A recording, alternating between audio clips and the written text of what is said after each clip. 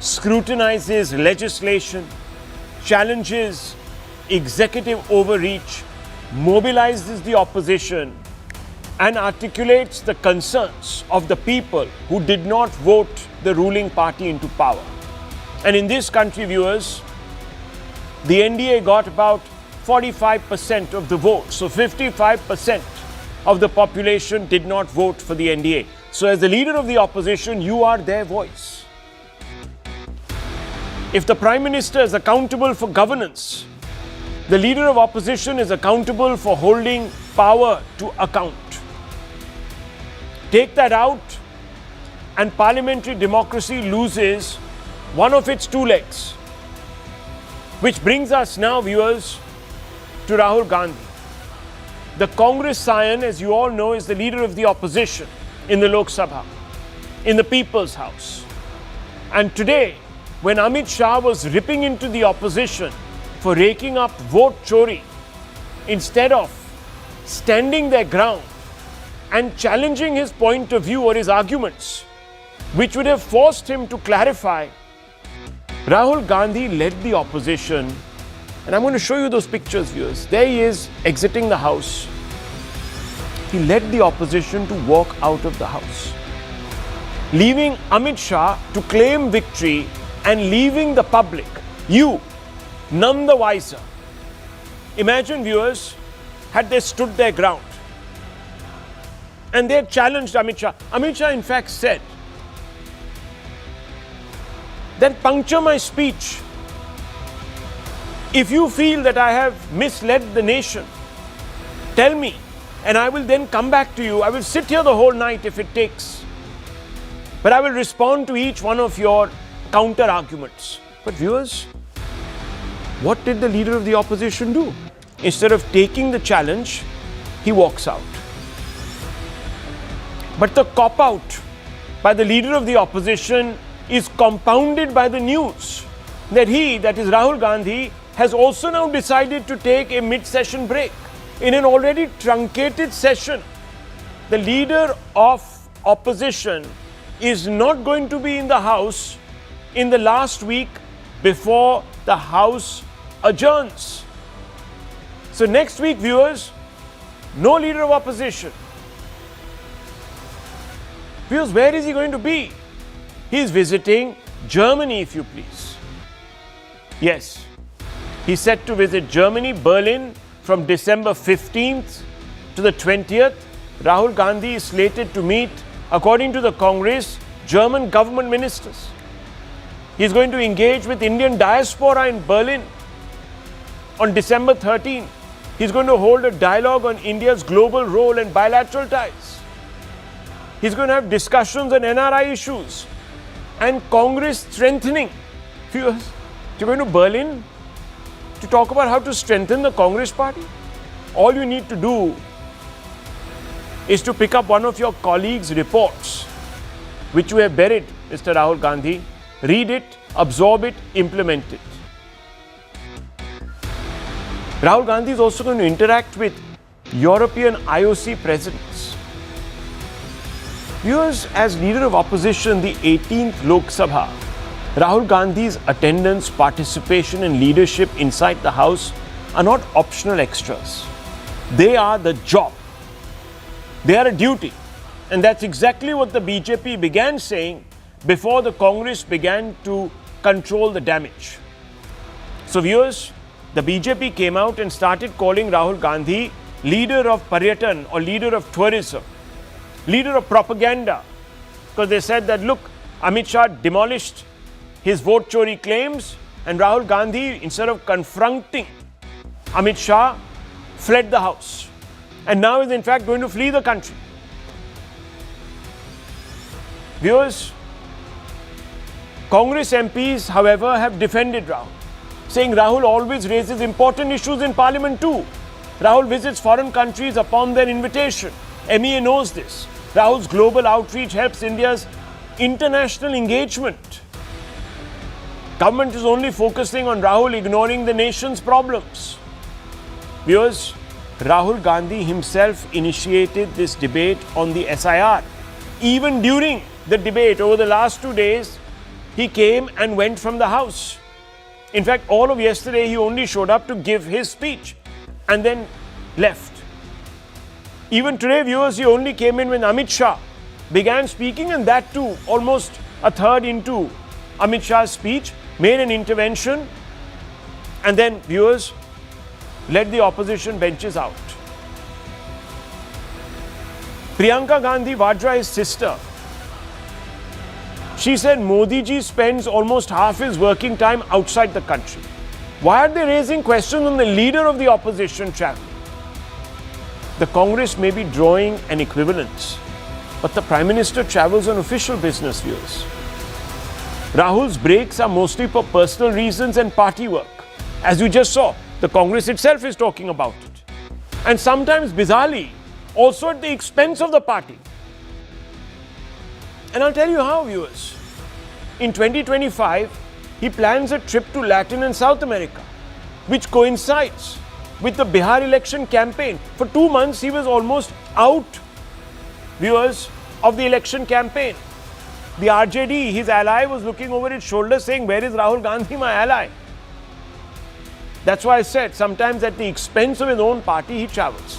In 2024, the trip to Vietnam coincided with ex-Prime Minister Manmohan Singh's demise, and the mourning period that was declared, he wasn't even around to mourn the death of a Prime Minister that led the Congress, viewers, for 10 years. That's why I said, he sometimes leaves at the expense of his party. In 2023, he plans a trip to Europe, which coincides with India's hosting the G20 summit. Viewers, in 2020, a trip to USA coincides with another parliament session, albeit the Congress will tell you he went to visit his mother. In 2019, a year before, a trip to Cambodia coincides with the Maharashtra and Haryana elections. Even when he is in India, he exhibits spotty participation in important ceremonial and official functions. Let me tell you, viewers, November 24, 2025, Rahul Gandhi skips the oath-taking ceremony of Justice Surya Kant as the 53rd Chief Justice of India. August 15, 2025, Rahul Gandhi and Mallikarjun Kharge skip Independence Day ceremony at the Red Fort. January 26, 2025, Rahul Gandhi, other key Congress top brass skip the Republic Day celebrations. May 2023, Rahul's Congress among 20 parties that boycotted the opening of the new parliament. His parliamentary record as an MP only underlines the point that he doesn't take his role as an opposition MP even seriously. Forget about leader of opposition. In the 17th Lok Sabha, between 2019 and 2024, 51% was basically, viewers, his attendance. The national average stood at 79%. 16th Lok Sabha, the one before that, 2014 to 2019, 52%. Every one in second day, he was missing. At that time, the national average was 80%. Viewers. In 2009-14, when his own government was in power, when the Congress was in power, 43% national average, viewers, and he's an MP in his own Congress party, which was the ruling party. The national average was 76%. Since he became LOP in the current 18th Lok Sabha, his attendance is not marked, viewers. This is about disregard for the office, because when the LOP absents himself, he does not weaken the government but weakens the opposition. He abandons every citizen who relies on Parliament to hold the executive in check. The question tonight is not, why is Rahul Gandhi abroad again? The real question is, can parliamentary democracy function when the leader of the opposition keeps checking out? And who pays the price when he does this? Let's ask this question. Let's open this up. I want to bring in straight away Sanjay Jha, who has written a book, of course, on India's democracy. He says it's a failing democracy. Fair enough. Mr. Sanjay Jha, it's a fundamental question to you tonight. I'm sure you would agree with me that the absence of the leader of the opposition, even during debates, and of course now, the entire week, next week of Parliament, when Parliament has also been truncated, wrongly I believe, but nonetheless, shows that he's not doing his job by India's democracy. So he's contributing to what you have written in your book is democratic deficit and decline. Rahul, good evening to you and to my good friend Sudhanshuji here on the program.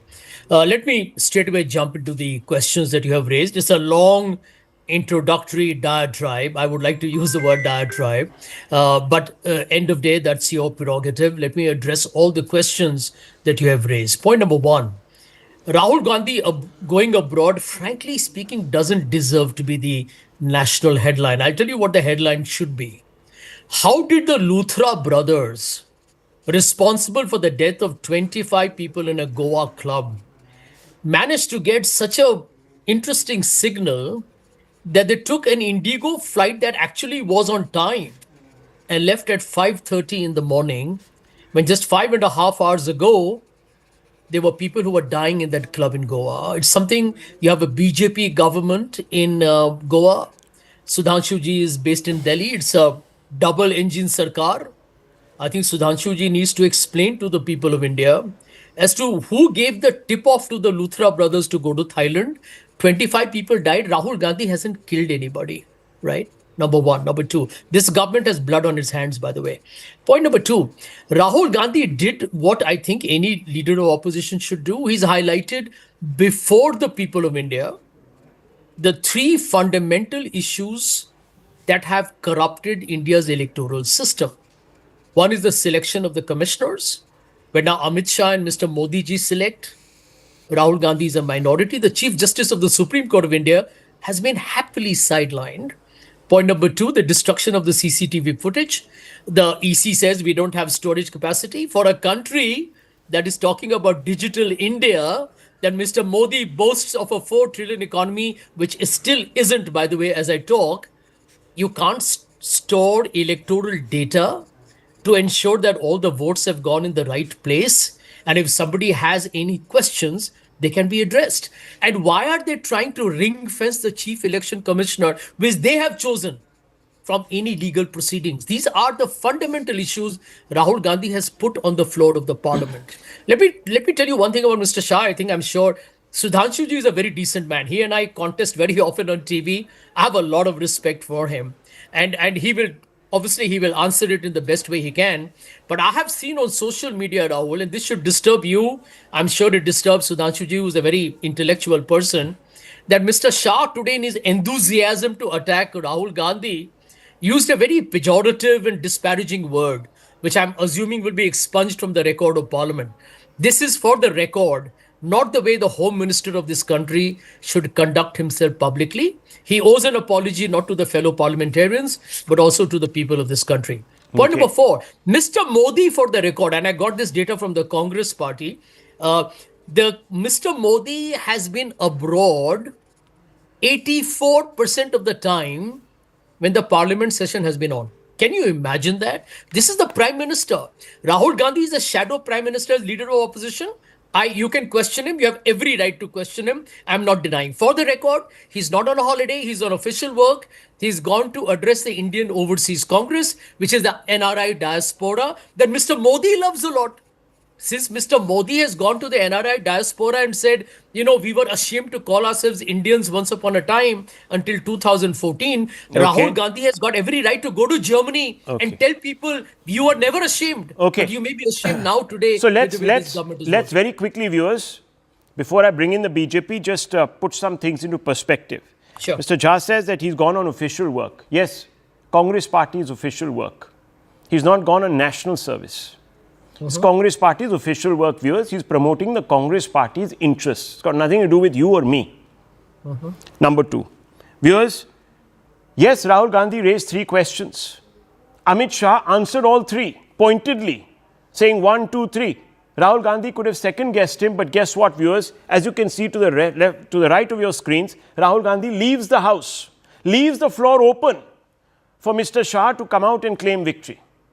When he should have said, I'm sorry, no, 1 second. Now, Mr. Jha, I didn't interrupt you, please. I'm going to bring in the BJP. I am just putting on record the facts. Yes, rightly or wrongly, Mr. Shah responded to the 3 questions. Rahul Gandhi should have stood his ground and said, I'm sorry, I don't agree with you for 1, 2, 3 reasons.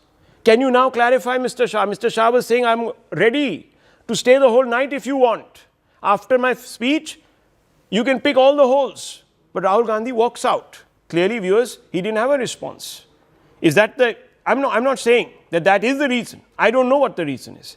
Then, viewers, we're being lectured, which we've done over the last 3 days, is to talk about the Goa tragedy, blame everybody. Viewers, who dedicated 2 days of this session to SIR and not to Indigo, or viewers, to issues that concern you and me, which was the nightclub fire that killed 25 people? The Congress party, it insisted for 2 days on the SIR debate. So, if Mr. Jha believes that national... One second. If Mr. Jha believes... So shouting away. See, they all shout, viewers. If Mr. Jha believes it's such an important issue that we should only be talking about that, by the way, we are going to be, viewers. Let me tell you one thing. Parliament is even bigger than a national channel. What are the channel, viewers? It's nothing. Parliament is the place. Hold the BJP to account, like I have done, viewers. Double engine Sarkar, Goa Centre, etc. Hold them to account where it matters in the Parliament. No, but you want to discuss SIR. And lastly, it doesn't deserve to be a national debate. Viewers, the LOP, as I said, is the second leg of our democracy. He himself saying that it is a shadow prime minister's post. You have to hold the government to account. If you're scooting off in the very few days, in any case that Parliament convenes, who suffers? It's you and I. Anyhow, I want to bring in Dr. Trivedi on this. Dr. Trivedi, how do you respond to Sanjay Jha tonight? First of all, as to Mr. Sanjay Jha, if Rahul Gandhi ji has gone there for the purpose of Congress party, what position he is having in the Congress party? Why not party president Mallikarjun Kharge ji? He is also leader of the opposition in the upper house and as well as the party president. Okay. Why not any general secretary or the vice president? Why not a general secretary organization? Why only Rahul Gandhi ji, who is leader of the opposition in parliament? That is his basic post. And he is just a member of CWC in Congress party. This is the present technical position of Rahul Gandhi ji. He is having 2 positions related to Congress party. Number 1, CWC member. Number 2, a member of parliament from Congress party and leader of the opposition in parliament. So why not any of the office bearer of the Congress party or party president would have gone? Point number 2 comes. Can he name any leader of the opposition who has visited so oftenly abroad? Has Kharge ji visited? No. In previous Lok Sabha, Adhir Ranjan Chaudhary ji visited? No. Now, come, when Manmohan Singh government was there, Sushma Swaraj ji, Arun Jaitley, have you ever seen visiting him so oftenly abroad? No.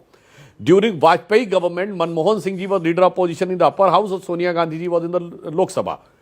Have you seen Manmohan Singh ji so oftenly going abroad? No. Have you seen Sonia Gandhi ji so oftenly going abroad? No. Have you seen any leader of the opposition so oftenly going and so offending language going, speaking from the foreign soil to the extent as he spoken in March 2023, why the defenders of democracy, Europe and America are silent and not intervening in India? Sir, what you are trying to say? And I would also like to ask, tell Shri Amit Shah ji has started giving a very sharp, precise, not only rebuttal, rather than Congress party was feeling as if they're being trounced by the logic of Amit Shah ji. Just give one example. They say that why this 45 days rule is there for CCTV camera. Amit Shah ji has categorically said it was the act passed by Congress party in 1991 which says that any litigation which is to be done on the issue of polling should the time limit is 45 days. So any evidence is required to be kept for 45 days only.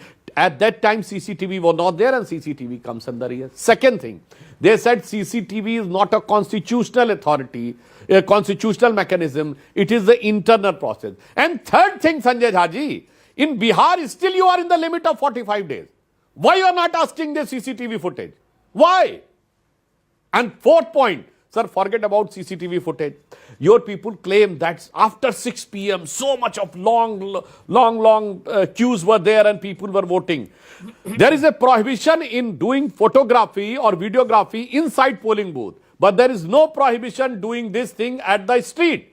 तो भाई साहब जरा दिखा दीजिए कितने photo आपके बस्ते रखने वालों ने, आपके बूथ लेवल एजेंटों ने, आपके मंडल के कार्यकर्ताओं ने खींचे हैं, वीडियो बनाए हैं. देखिए साहब इतने इतने बूथ के ऊपर था. सोशल मीडिया में ही पोस्ट कर देते, मीडिया में ही दिखा देते. And forget about the official complaint to election commission. The fundamental problem is they are unable to sustain. And last thing I would like to say, Rahul, ये कहते वोट चोरी हो गई. भाई साहब बिहार में आपके पास था क्या? In 2010 election, Congress got 4 seats with 6.4% of vote, lost the security deposit in 231. I am again repeating the data. 15 years back in 2010, Congress in Bihar election won 4 seats, got 6 point something percentage of vote, lost security deposit 231, and you are saying vote chori ho gayi. Bhai sahab, it is like as if a bankrupt person is complaining that my bank account has been hacked. था क्या आपके पास जो चोरी हो जाता? चलिए जवाब देते हैं आपको. That is actually Rahul, a very short response to my friend Sudhanshu ji. Please go ahead, sir. Just answer. 45 days you want the CCTV footage. You said that the Bihar election is rigged by fake voters. Why don't you ask for the CCTV footage, sir? We still have the 45-day limit. Sure. So what makes you think that they won't ask for it? Here is my question. Like, Here is what my are they question waiting for for? Sudhanshu ji. Here is my question for Sudhanshu ji. 43rd day, 23rd minute. No, Can I hang on. finish? 59th second. Is that what they're waiting for? Yeah. So maybe there. Here is my point. My God. Sudhanshu जी, जरा आपने इसका जवाब नहीं दिया. राहुल गांधी जी कहाँ जाते हैं उससे आप लोगों को बहुत परेशानी होती है, लेकिन आपसे एक प्रश्न पूछना था. याद है ना पहलगाम में कितना भयानक आतंकवाद का हमला हुआ, इतने लोगों की मृत्यु हुई. मोदी जी सऊदी अरेबिया से भारत आते हैं और बिहार की चुनाव प्रचार में लग जाते हैं. उस समय आपकी जो कहते हैं ना कोई अंदरूनी कोई सिद्धांत नहीं थे, कोई वसूल कोई आदर्श नहीं रहे. राहुल गांधी अजी भी जर्मनी जा रहे हैं, उससे बहुत तकलीफ हो रही है आपको. मोदी जी वहां बिहार के चुनाव. You haven't answered anything that doctor has actually pointed out, sir. You've changed the subject anyhow. Doctor Saab, please respond. It is relevant to the Dr. conversation. Trivedi, please respond, and I want to open it up to Dr. Ranganathan right after. Yes. Sanjay Jha ji, Sanjay Jha ji, keep changing the goalpost all your lives. हम लोग राहुल गांधी से बिल्कुल परेशान नहीं है. Rahul Gandhi is our biggest asset placed on the other side of our political boundary. और जानते हैं on the lighter note, first सुनिए संजय झा जी, हम on the lighter note आपसे कह रहे हैं, ये इनको पर्सनल नहीं कह रहा हूं. प्राचीन काल में भारत में अश्वमेध यज्ञ होता था, तो एक घोड़ा छोड़ दिया जाता था, वो जिस एरिया में जाता था वो एरिया राजा का जीता हुआ मान लिया जाता था. Again I am speaking with A caveat कि कोई ये ना कहे कि मैं उनको घोड़ा कह रहा हूं या अश्व कह रहा हूं, मगर प्रतीकात्मक में कह रहा हूं कि वो पर्सनल नहीं कह रहा हूं कि वो हमारे लिए उस अश्व में यज्ञ के हॉर्स के समान है जो जहां जाते हैं हमारी मार्ग प्रशस्त कर देते हैं विजय का. तो why we should be worried about him? He is an asset for us. He is like a triumphant horse of our Ashwamedha yagya. और मजे की बात सुनिए, ये कहते हैं हमारी वोट चोरी हो गई. राहुल जी एक लाइन और. चलिए जहां बीजेपी से मुकाबला नहीं वहां क्यों हार गए? केरल में ऑल्टरनेटिव यूडीएफ और एलडीएफ आती थी. First time it happened that LDF came again in power and UDF couldn't come back because Rahul Gandhi 2019 में चले गए थे. अब बताइए यहां क्या प्रॉब्लम है भाई? एंटी इनकम्बेंसी जहां कांग्रेस होती है उसकी अपोजिशन में बेहतर हो जाती है. आम आदमी पार्टी के साथ भी हुआ था, यहां भी हुआ. अब मुझे केरल का जवाब दे दीजिए. ये तो बंगाल में किसने वोट चोरी कर लिया and Congress was unable to form the government. ये तो बंगाल में भी हुआ. तो बहुत ही शानदार जानवर है. Anyhow, let me just bring in Dr. Ranganathan. Let's not get into all of this, viewers. Dr. Ranganathan, Rahul Gandhi and the Congress keep changing the goalposts, but somewhere the ball game has changed. That's what's exactly happened. Good evening, Rahul, and good evening to my fellow panelists, both of whom are dear friends, and I really value what Dr. Sudhanshu ji says very well. लेकिन यहाँ पे उन्होंने एक गलती कर दी है कि उन्होंने जब ये एग्जाम्पल दिया अश्वमेध का और घोड़े का, ये सुधांशु जी वो घोड़ा नहीं है, वहां पे आप गलत हैं, क्योंकि मैं कांग्रेस के R.K. राय जी को ही लीडर को कोट करूंगा। वो सुनिए, वो समझने वाले समझ रहे, ना समझे वो अनाड़ी। सुनिए आनंद जी, इशारों को अगर समझो, राज को राज रहने दो। हम भी कुछ कहने वाले थे, लेकिन हम इस डिबेट की शालीनता के कारण हम नहीं बोले। लेकिन हम जानते हैं कि कौन सा जानवर घोड़ा से बहुत जेलस होता है। Dr. Ranganathan, I need to move on. कौन सा जानवर है my जो out घोड़ा से time. We're already at 9:20. I really need to get going because we have a very good debate to get into. Yes, okay, Mr. Jha, 1 second. Yes, yeah. Doctor, I always it rhymes with monkey. So please, let's. Sanjay, please, it's very unbecoming. I heard you for 7 minutes. Now, when I say that Rahul should not be compared to a horse, I am speaking fact, because Congress Chhattisgarh MLA R.K. Rai said Rahul is not a horse but a donkey. तो मैं खुद नहीं कह रहा हूँ, ये गधा उन्होंने कांग्रेस के लीडर ने कहा है. Now, Rahul, your brilliant primer that you began with, the image that was structured in my mind, constructing my mind, was Sonia Gandhi taking Rahul Gandhi to Saint CNN IBM school, and you as the principal charting out all the attendance records and all the failures of Rahul Gandhi from class 1 to class 5. It was really incredible. What has the man done to deserve being an MP in Lok Sabha? It is calamitous. The attendance is half of what the national average is year on year on year. The man walks out of a debate that he wants initiated, that he has a clamor for weeks on end. And as far as the chief election commissioner raising is concerned, does he even know that there was no stricture on an order by the Supreme Court to have the Chief Justice of India as one member of the committee? It was the prerogative of the government. And the government decided that there would be one prime minister, there would be leader of opposition, and there will be one other leader from the ruling dispensation. This wasn't even there when the Congress was selecting chief election commissioners. The chief election commissioners by the Congress for 50, 60 years were selected on the beck and call of the prime minister. So they didn't even have the leader of opposition. And Rahul Gandhi has the gall to even mention this. But it's not about Rahul Gandhi and the lies that he professes day in and day out. The fact of the matter is that important debate as SIR should have been at least heard by Rahul Gandhi, because all his plethora of lies were exposed one by one, including the zero houses, including each and everything, including the fact that one MP mentioned that, can Rahul Gandhi please explain why in Wayanad when he won, there were 19,000 duplicate voters?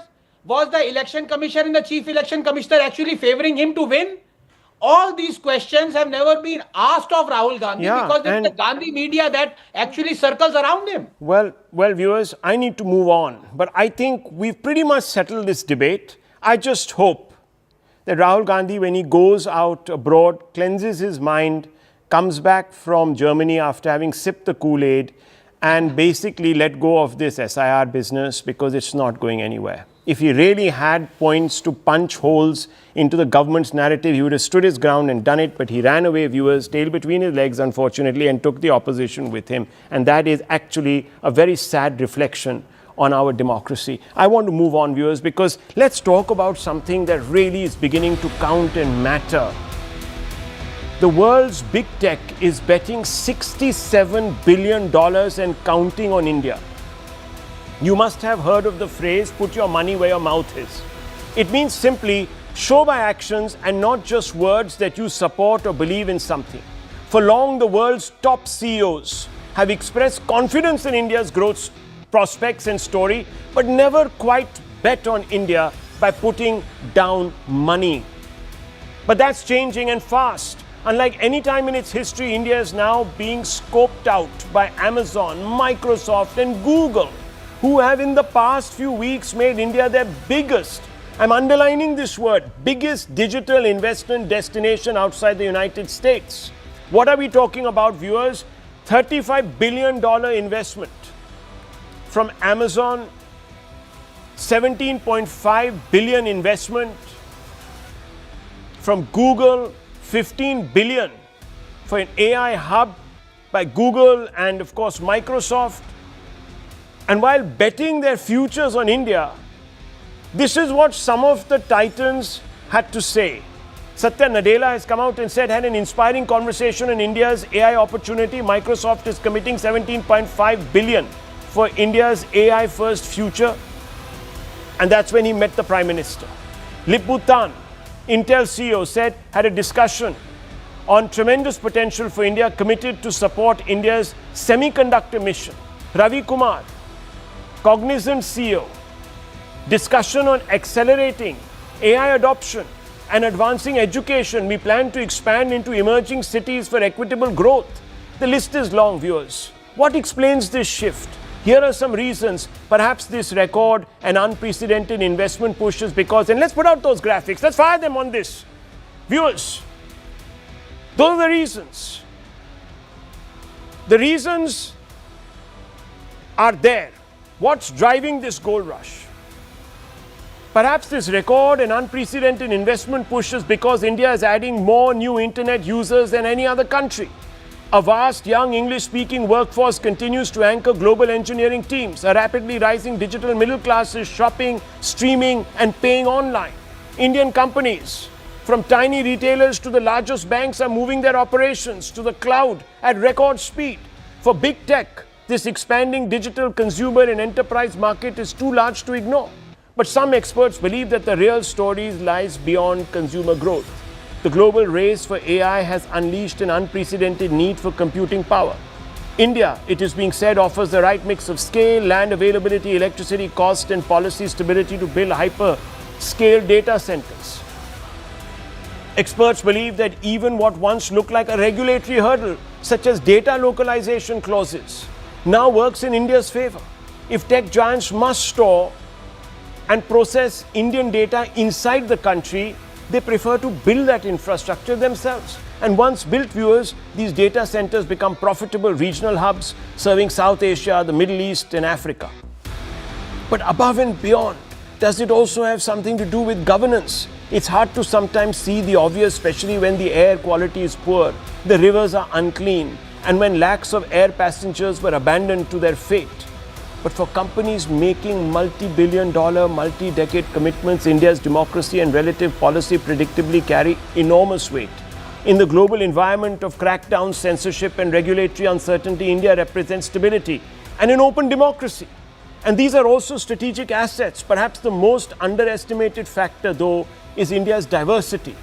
With hundreds of languages, countless accents, diverse transaction patterns, and a wide spectrum of socio-economic realities, India presents challenges that push AI systems to their limits. If an AI model can understand India, it can operate anywhere in the world. In effect, India provides a natural proving ground, unmatched in the world. It's like a laboratory. What does all this add up to? Let's ask the experts. And let's open this up. Is the big tech global rush only about investment, or does it signal a deeper shift? And I want to bring in cyber law expert and someone who knows this part of the economy. Mr. Duggal, this first question. Yeah. Why are we seeing this deeper shift, sir? We are seeing this deeper shift because India is now the hub of all valuable data. The biggest democracy in the world, the most populous nation in the world, now is available to big tech companies as a guinea pig on their particular AI laboratories. They want more and more Indian data to be collected so that this data can be used for purposes of training their large language models, their algorithms. So ultimately, Indians are actually trading their own data for some kind of a convenience or some kind of a world-class exposure. But ultimately, long term, it's going to be a massive deprivation of the fundamental right of privacy, both personal privacy and data privacy for Indians. Today, these big tech companies are keen that more and more Indians start walking in the direction of cognitive colonialism. They don't mind more and more Indians being cognitive slaves to their AI algorithms and large language models. And that effectively is going to impact prejudicially the enjoyment of neuro rights, cognitive thinking rights of Indians as a whole. So I think the government has a much bigger responsibility to ensure that this kind of attack on Indian critical cognitive thinking capabilities needs to be potentially stopped. So a 399 rupees package gives you an access to world-class service. Well, you don't even get a pizza for 399. And here you are going to give your entire personal data, your entire professional data to AI. Please remember, India is undergoing a new revolution.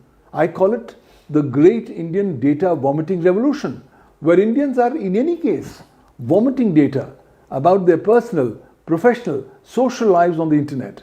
And I think that data is up for grabs for these big tech companies, and that's why everybody is saying the enclosure of all eyes has to be India. They realize India does not have a law on artificial intelligence. They realize India doesn't have a law on cybersecurity. You just have a cyber law, which is a 25-year-old legislation. The people and their rights, cognitive faculties are not adequately protected. Okay. And here, while it's a grey zone, let's make merry while the good season lasts. Okay. So I think India needs to be far more careful, and the onus needs to be back on the government. Okay. Dr. Ranganathan, you raised your hand. Yes. No, I just want to make a couple of points. One, and of course, the cyber law expert, Mr. Pawan, who is, an expert in his field, has painted a scenario that to me, to a layman, might seem dystopian. But yeah, there is some reality to it. Having said that, yes, the fact that everyone is at risk of losing their privacy has been there for maybe a decade or more, and the governments need to do more. But I thought, this burst or floodgates that have been opened as far as investment is concerned by the big tech companies, yes, sure, there would be an issue that Mr. Duggal is right about. But I am more concerned about India not losing out in the race for science and technology and the AI, the development of AI as a whole. I'm not looking at privacy matters here. For them, there are experts. So there I'd like to make a point. It is absolutely heartening to see all the big tech companies, all the scientific high-end R&D companies making a beeline to India, and the Prime Minister and the government absolutely needs to be congratulated there. To have the centers for Google, for Microsoft, for so many other AI companies, more and more in India, augurs very well for India being, at least in the near future, at the forefront of this technology, which is going to guide and monitor the world. But having said that, are we ready? Are we ready to take up this challenge? Well, the jury is still out, and I'll give you just 2 data points there. Just last month, there's a Forbes report saying that India churns out 1.5 million engineering graduates every year. That is the largest in the world. And 83% of them do not find employment the moment they graduate. In fact, in 2019, there was a report, again by India Today, that said 82% of all Indian engineering graduates are unemployable. It is a fact, Niti Aayog has come out, that 72% of our entire labor force is unskilled. So if we don't shape up, what is the point of having billions and billions of dollars of investment by Microsoft, by Google, by AI, by Nvidia, if we don't have our engineers all ready, beck and call to be employed by them? So we have to shape up ourselves. Our R&D expenditure is 0.65% of our GDP, one of the lowest in the world of large economies, and certainly lowest in the BRICS. So, about cyber security, Mr. Duggal has talked about. I can't, talk much on that matter. But as far as shaping up to take part in this revolution, we have to be ready. And I'm afraid right now we are found wanting. Okay. Mr. Bagga. I am more positive, Rahul, about this whole development. It's a huge development. $67 billion coming into the country means a huge multiplier for the economy. Now, we can have an issue that privacy and cyber and all these things, but what is the alternative? Do we go back to a pre-computer thing?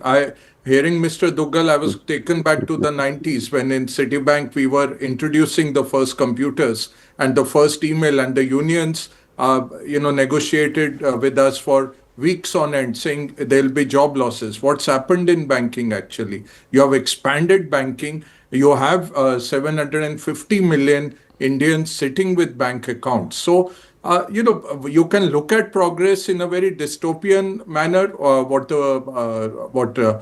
Professor Saab also mentioned, or you can look at it as inevitable. It's a very given thing that when there is a free product, you are the product. So we know all that all these American companies are not here for out of goodwill or egalitarian altruism. They're here to make profits.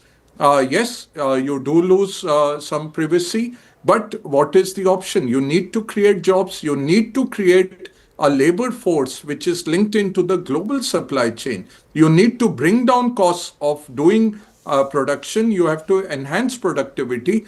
All of those need huge computational powers. It's no gimmick that all the AI platforms have made their services free in India because they are training their models on us and they can't get this rich data anywhere else. China doesn't allow them entry. Yeah, we know all that. But despite that, it's not that the government is blind to it. There is on balance, Rahul, it's a positive move. That is what we have to keep in mind. It's a very young population. It's an adaptive population. What we have done with the JAM and with UPI, the kind of connectivities we have made. Today, I was a judge on the India FinTech Awards, and 1,500 companies were pitching during the day. You should see the kind of stuff happening in India, and that's built on these platforms. Without all this computational power, without all this connectivity, all that will not happen. And you will be left behind in the race. So either we are a China or a Russia, we create our own internet, we monitor it very well. I don't think we have the capacity for that. The second best alternative is to encourage the world to come in, put some guardrails, have people like Mr. Duggal manage those guardrails, and hopefully get a positive out of it, Rahul. Well, let me just say, viewers, that quite fundamentally, this data mining business is a bit of a lazy trope.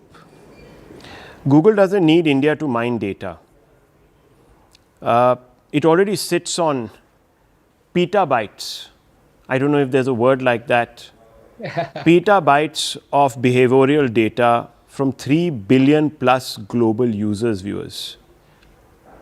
We have been parlaying our data through WhatsApp, through every little app we download. And I've been saying this for the last 1 week, but being pilloried left, right, and center by people who think I'm talking up some prospects or somebody or the other. Viewers, the day, and I remember the Israeli former ambassador telling me, the day you buy a mobile phone, that's the end of your privacy. Every time,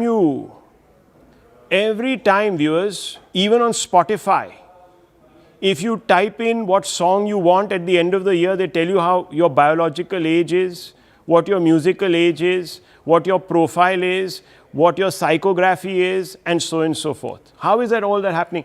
You type in a vacation in Thailand, or let's say a vacation to Berlin, which is a very fashionable destination these days. They'll give you 40 prompts. In the next moment, suddenly your timeline will be flooded on Google and all sorts of other apps that you have with information about what to see, where to buy. So let's just look a little bit more at basic issues here. India's data is largely already on global platforms. So what are we talking about? I don't understand. Anyhow, maybe, viewers, I don't have somewhat of an agenda to peddle just the truth, so I'm telling you the truth. If you think that you're sitting for the last 15 years without anyone knowing your profile, you're living under a rock, let me tell you. And it's one of those old rocks which go back to the Jurassic period. But anyhow, let me just bring in Mr. Mehrotra here. Mr. Mehrotra, it's a fundamental question. Look, we can be pessimistic about these people coming in for the gold rush, as some people are calling it. But fundamentally, let me ask you, why are they coming in? There are so many options today. Even Bangladesh, we were being told by some people, was a great option. Why don't they go there? Those are even more unfarmed, unregulated markets. Go to Vietnam. go to Thailand, go wherever else. So why are they coming here? There must be something that is looking good, that there is some ROI, there is some prospect of a growing economy, that maybe India's economic managements have given investors some confidence. Is that a possibility, or is that also not a possibility? Rahul, I think it's fairly straightforward why they are coming in. They see the fact that India has a very large number of internet users and that number is growing rapidly. Secondly, India also has the human resources which has generated the global capability center boom. Okay. Right. We were already a software exporter of global proportions, and we have now something like 1,800 global capability centers. It's not just that we have 1,800 global capability centers. We also happen to have something like 20% of all the chip designers, semiconductor designers of globally are located in India. Now, clearly, global players are going to piggyback on these kinds of human resources. Why are we surprised by that? And if they can use, this is a preemptive investment. If they can use India as a base for not only reaching the Indian market, but also the South Asian market, because we have a large English-speaking population, and we do churn out engineers. Yes, the majority of them are unemployable, but we do have very high class. So that's the reason why we are coming. There's it's not rocket science at all, and this is a sector which has been making money hand over fist in the United States. You know that. They have. So it's good to get a share of one reason instead of just being the back office. Okay. My friend, no one is denying that. Okay, so let's also very quickly, viewers. May I finish? Yeah, of course. You already started. No, please go ahead. Yeah. So I will finish very, very quickly. So I've given you the good news. The fact remains that if we have all these human resource assets, then we also have to have a cybersecurity law. And we haven't had one for 10 years, for God's sake. People like us have been talking about a cybersecurity law for 10 years. Okay. Why is the government still sleeping? Okay.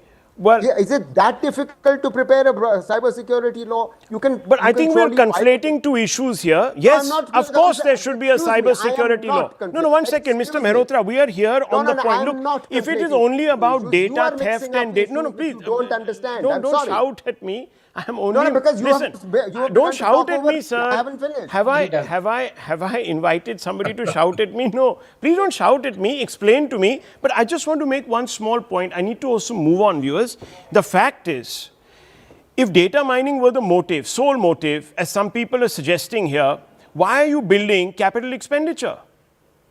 Why are you coming out and building and putting millions into data centers, AI compute clusters, cloud infrastructure, India-specific R&D? You don't invest at this scale just to collect data. You do it for long-term market and geopolitical positioning, which is a win-win for everybody, viewers, including Indian coders here. That's the point that Pawan is making.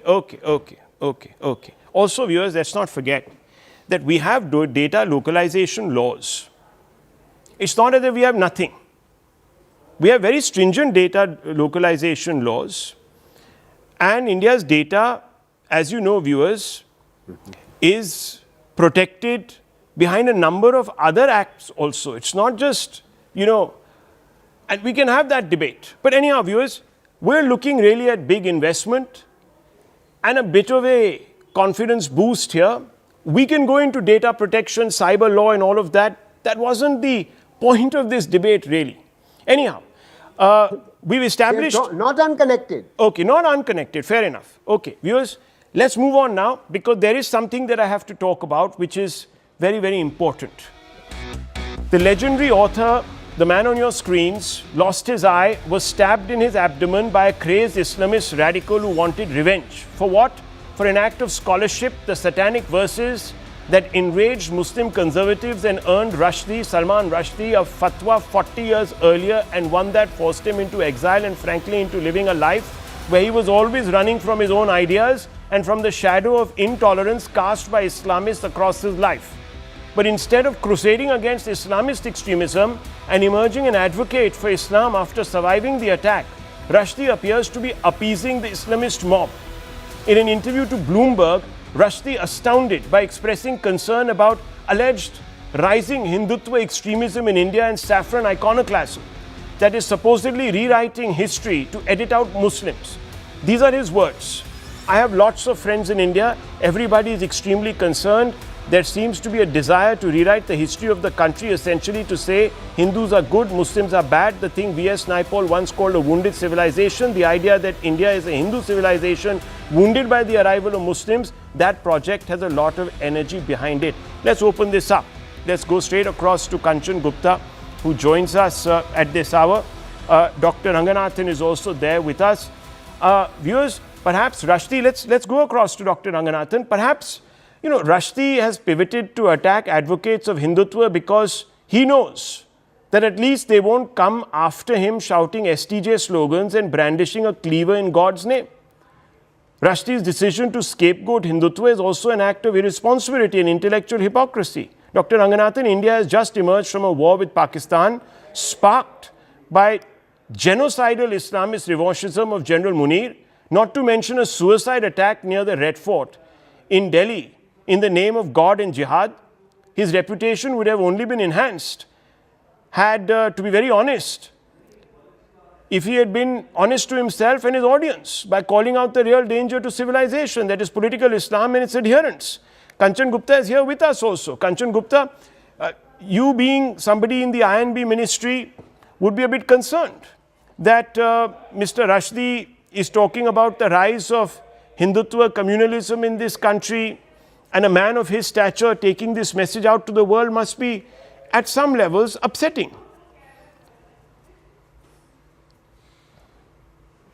Thank you, Rahul, for having me on your show tonight. Yes. Rahul, it is not only disconcerting, I think it's absolutely abhorrent and disgusting.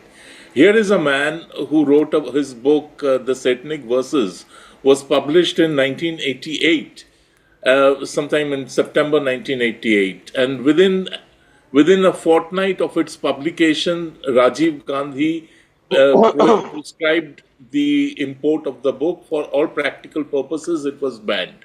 And this was almost 1 year before the Ayatollah Khomeini issued his fatwa on Rushdie. So, I mean, you had the Congress acting against Rushdie and his book much before Ayatollah Khomeini took note of it. And the protests which happened, the book burning that happened in the country of where he was living, where the book was published, whether it was in Birmingham or elsewhere, that was done by Muslims. That wasn't done by Hindus. The Japanese translator of the book was murdered. He was stabbed to death in 1991, and possibly that is the only jihadist killing that has happened in Japan's history. The attacks on Rushdie, there were several attempts on his life while he was escorted from one hiding place to another by undercover agents. Those were not by Hindutva agents, they were by Islamists, they were by jihadists. And finally in 2022, when they got him and he almost lost his life, he barely survived that attack and lost one of his eyes. It was not some Hindu right-winger who went and attacked him. It was his fellow co-religionist who attacked him. So all his life he has been pilloried, he has been persecuted, he has been chased by Muslims. And just one more point, at the Jaipur Literature Festival, I now forget the year, I think this was before the lockdown or just before the lockdown, they had a reading from his book. Rushdie was invited and they had a reading from his book. And the Congress unleashed the police, on those 3-4 people who read pages from his book, they had to flee from Jaipur and hide in various places. And that's how it happened. And finally, it was the BJP which in 1998 or both 1996 and 1998, in its election manifesto, had one specific clause that persecuted writers, whether it is Salman Rushdie or Taslima Nasreen, will be allowed to come and live in India if they so desire, with full protection. And Rushdie, finally, when Atal Bihari Vajpayee was Prime Minister, Rushdie got a visa to come to India and he visited Shimla. So all this happens. Okay, and yet this man. Okay, let me, Dr. Ranganathan, where do you step in? No, I mean, it's a mix of ignorance and what can I say, Stockholm syndrome, and Kanchan is absolutely right. I just want to add everything that Rushdie went through, and of course, it had our sympathy, and we completely sympathize with what he went through, and of course, abhorred, and we were outraged by whatever happened. All that is still not connected to what Rushdie said had he been right.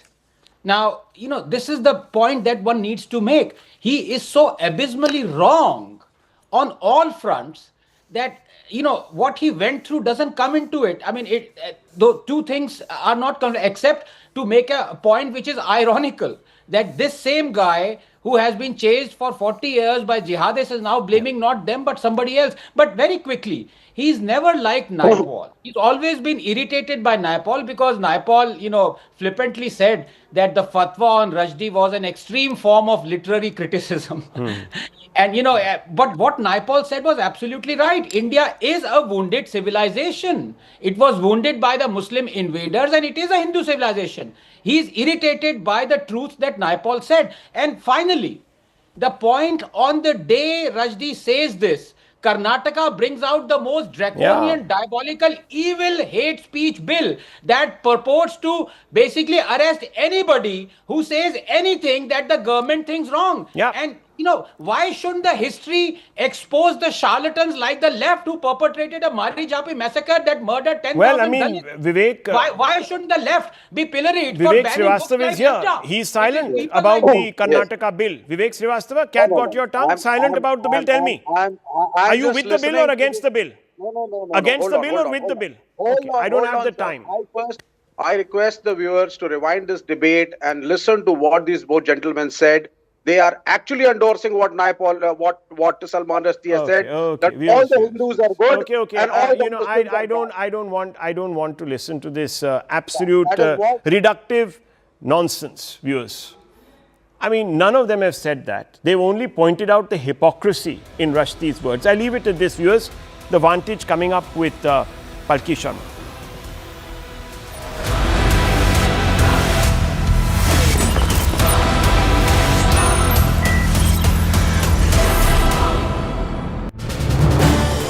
This is News 18 Network.